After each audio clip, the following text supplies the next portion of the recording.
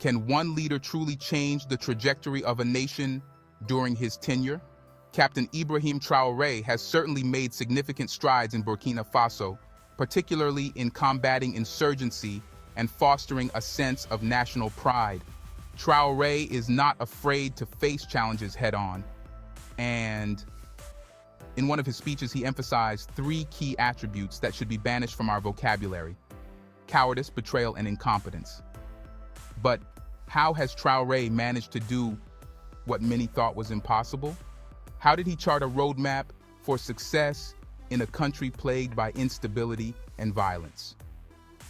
Welcome to Afro Centric Info. This is a gentle reminder, if you have not done so, to please like, share, comment, and subscribe to our channel for more insight from Africa. Let's dive into the transformative journey of Burkina Faso under Captain Ibrahim Traoré.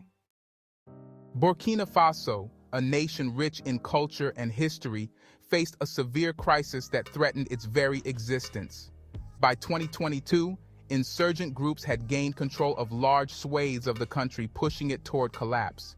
The dire security situation was highlighted by a devastating ambush on a 27-vehicle convoy in September 2022, resulting in significant casualties and underscoring the government's inability to protect its citizens. Lieutenant Colonel Sandaogo Damiba's government was caught off guard, and the slow response further fueled public anger and disillusionment.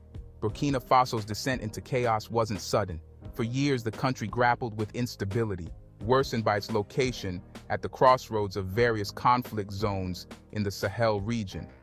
Insurgent groups, including those affiliated with Al-Qaeda and ISIS, exploited the nation's vulnerabilities, exacerbated by economic hardships, political instability, and regional conflicts. The collapse of Libya in 2011, which led to a proliferation of weapons across the Sahel, provided these groups with the firepower they needed to expand their influence in Burkina Faso. They capitalized on local grievances such as poverty, unemployment, and political marginalization to recruit disenchanted youth and establish control over border regions, enforcing their harsh rule and eroding local governance. Amid this turmoil, Captain Ibrahim Traoré emerged as a new leader. On September 30th, 2022, Traoré and his fellow military officers launched a coup not driven by personal ambition, but by a genuine desire to restore stability and security. Traoré's actions were swift and decisive. He took control of state television, military bases, and key government buildings with minimal resistance, signaling a new era for Burkina Faso. But the question remained: how would Traoré's leadership differ from his predecessors? Captain Ibrahim Traoré's leadership style is marked by pragmatism, strategic vision, and an unwavering commitment to his country's security. Unlike previous leaders, Traoré recognized that addressing the complex threats posed by insurgencies required a comprehensive approach. From the outset, he focused on rebuilding the military's capabilities, boosting morale, and fostering a sense of national unity. Traoré's first major initiative was a thorough assessment of the military's strengths and weaknesses. He quickly identified the need for modern equipment, better training, and more effective coordination between various branches of the armed forces. Understanding that a demoralized army stood little chance against well-armed insurgents, Traoré prioritized acquiring modern weaponry and improving logistical support. This included enhancing communication systems, reinforcing supply lines, and ensuring that frontline troops were well-equipped and motivated. A defining feature of Traoré's leadership was his commitment to transparency and direct communication.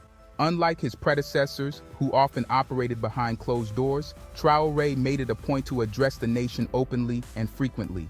He did not shy away from discussing the failures of past leadership, but used them as lessons for change. His straightforward approach resonated with the Burkinabe people, who were desperate for honesty and decisive action. Traoré framed the fight against insurgencies not merely as a military campaign, but as a collective effort that required the participation and support of every citizen. His leadership style was hands-on. He often visited troops on the battlefield and engaged directly with local communities affected by insurgent violence. This approach helped build trust and solidarity among the military ranks and with the civilian population. One of Traoré's most notable actions was the operation to break the jihadist blockade of Djibo, a city that had been under siege for months.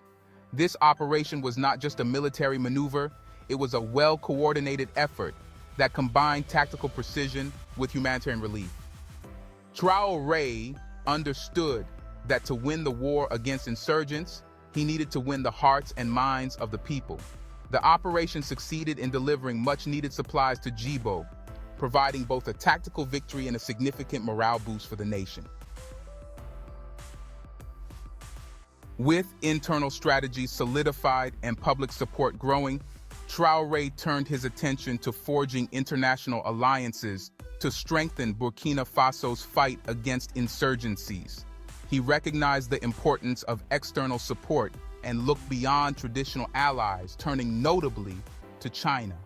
Traoré's decision to partner with China marked a significant shift in Burkina Faso's foreign policy. While Western nations were often slow to respond and tied aid to strict conditions, China offered a straightforward partnership focused on immediate needs.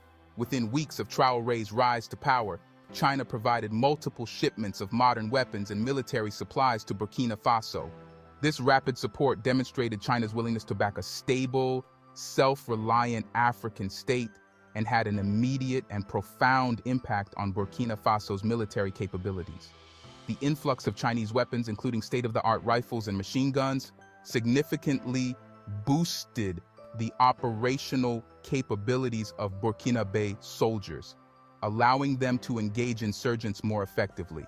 This not only enhanced the military's physical capabilities, but also had a psychological impact, bolstering the confidence of both soldiers and civilians. The partnership with China also symbolized a broader shift toward a more multipolar approach to international relations in Africa. By aligning with China, Traoré sent a clear message. Burkina Faso was willing to forge its path, free from the influence of any single global power.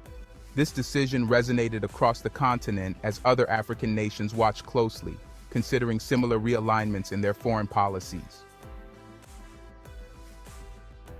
Additionally, Traoré leveraged new technologies with the support of international allies, including the acquisition of Turkish-made Bayraktar TB2 and Akıncı drones. These advanced drones provided Burkina Faso with enhanced surveillance and strike capabilities, allowing for precise operations against insurgent targets and shifting the balance of power in the fight against extremism.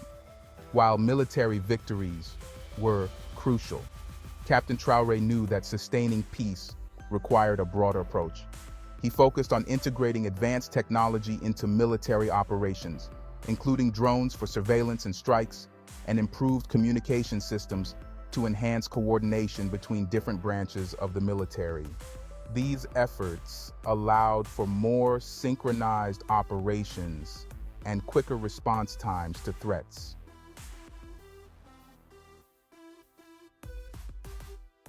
Traoré also emphasized the importance of community engagement and rebuilding trust between the government and local populations.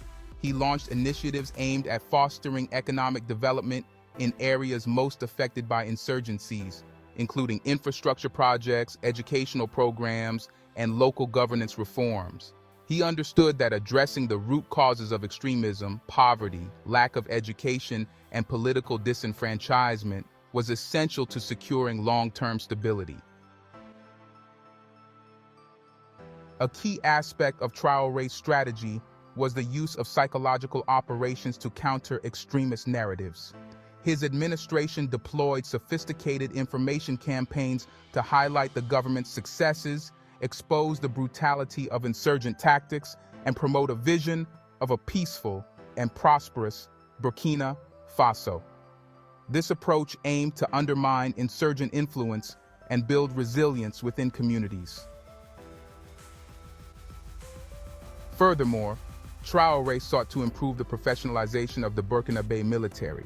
He established new training programs focused on counterinsurgency tactics, guerrilla warfare, and urban combat. These programs emphasize adaptability and resilience, preparing soldiers for the unique challenges posed by extremist groups in the Sahel. Captain Traoré's long-term vision for a secure Burkina Faso extended beyond military victories. He prioritized the reintegration of former combatants willing to abandon violence, offering them vocational training, education, and community service opportunities. This approach aimed to reduce the pool of potential recruits for insurgent groups and address some of the socio-economic factors that fueled extremism. Additionally, the government focused on restoring essential services in areas liberated from insurgent control, such as roads, schools, and healthcare facilities. By investing in these regions, Traoré aimed to rebuild trust with local communities and demonstrate the government's commitment to their well-being.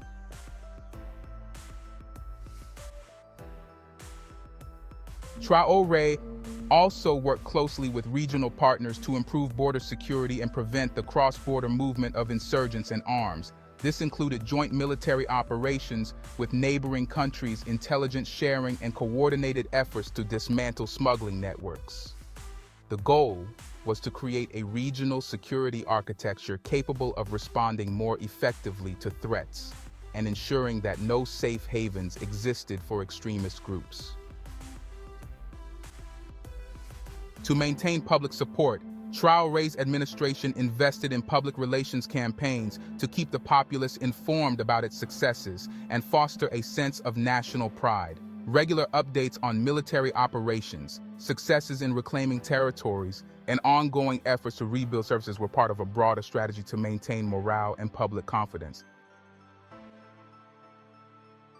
Burkina Faso's battle against insurgency under Captain Ibrahim Traoré's leadership is not just a military campaign.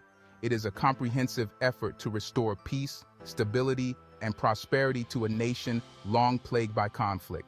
Through decisive leadership, innovative strategies, and strategic international partnerships, Traoré has charted a new course for his country, one that prioritizes both immediate security needs and long-term development goals. While the journey is far from over, the progress made thus far offers a beacon of hope, not just for Burkina Faso, but for all of Africa. It serves as a powerful reminder that African nations have the resilience, ingenuity, and determination to overcome even the most daunting challenges. Burkina Faso's story is one of triumph and a testament to the unyielding spirit of its people. As Captain Ibrahim Traoré and his administration continue their march toward peace and stability, they are reclaiming their nation from the clutches of extremism and redefining what it means to be an African nation, standing strong in the face of adversity. Do you believe that a single leader like Ibrahim Traoré can truly transform a nation? Share your thoughts in the comment area on what other countries could learn from Captain Ibrahim Traoré's strategies. If you enjoyed this video, don't forget to like, share, and subscribe for more content on African culture, history, and resilience. Thank you for watching, and until next time, stay tuned for more stories of hope and inspiration from across the continent.